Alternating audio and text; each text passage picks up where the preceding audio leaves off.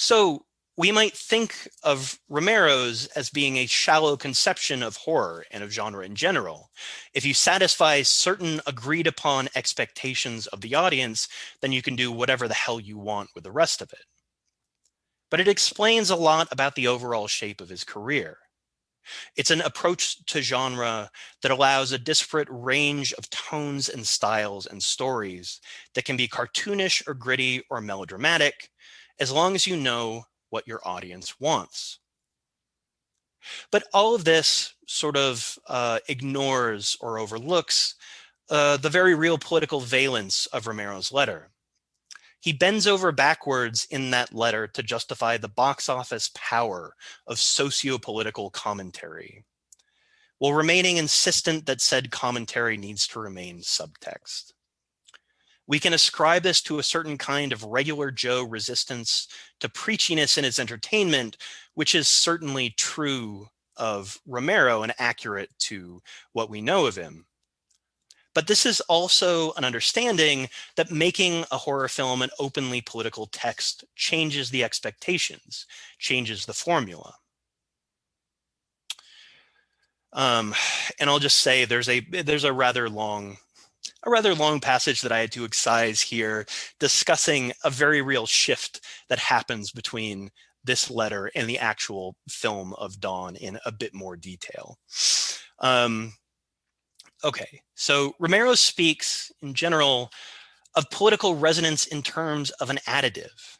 If it doesn't interfere with the enjoyment of the film by genre fans, it can leave open the possibility that other groups might have a completely different, more profound experience of the film. Or that perhaps on repeat viewings, the more curious horrorphiles and gorehounds will start to notice the scene's deeper resonances. The commentary throughout the eventual film of Dawn, and I'll just say of which very little is actually present in the original treatment, is not exactly subtle, but it's also not overt. You can choose to ignore it if it pleases you. You can choose to see jokes about zombies being drawn to the mall as simply jokes. You can see a depiction of the police as racist murderers, simply of a portrait of a murderous lunatic placed in an impossible situation. Those options are available to you because Dawn declares itself over and over again to be a zombie movie. And zombie movies are, if you like them to be, simply zombie movies. Okay, thank you. And I'll just add, with the sort of weirdness of giving a talk over Zoom and all that, I forgot to thank Jen at the start of this. This was very, very nice of you to invite me to do this. And I'm just very excited to share some of this research with people. It's been a blast. Yeah. Well, thank you, Adam. And thank you for that amazing talk. I'm so excited about the archive. And I have a few questions if there's no one in the audience who has any. And then we're going to kind of run over to the next session. So sure. But I'll leave it open for now. No? Okay. Then I get to ask. That's awesome. Oh, Eli, did you have something? Yeah, I guess I wanted to talk to Adam really briefly just because I came across something in my own research about film promotion. I'm looking at film promotion in the 40s, and I'm wondering if you're familiar at all with the work of Jerry Pickman, who worked for Walter Reade and promoted Night of the Living Dead, and he claims he came up with the title for Night of the Living Dead. Yeah. So we have some Night of the Living Dead title stuff, including promotion, like scripts and promotional materials that they made for Night of the Living Dead and Night of the Anubis, or Night of the Flesh Eaters and Night of the Anubis. Most of my research has been either in the archive or speaking to collaborators of Romero, and none of them have particularly rosy feelings towards the distributor. Because, for those of you who don't know,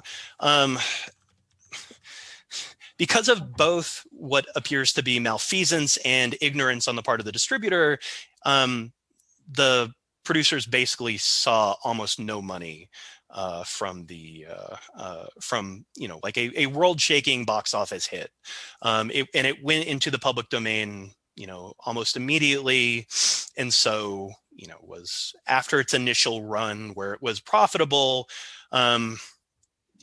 They saw no money for it being broadcast on television, like in a near constant loop, somewhere in the United States throughout the 1970s.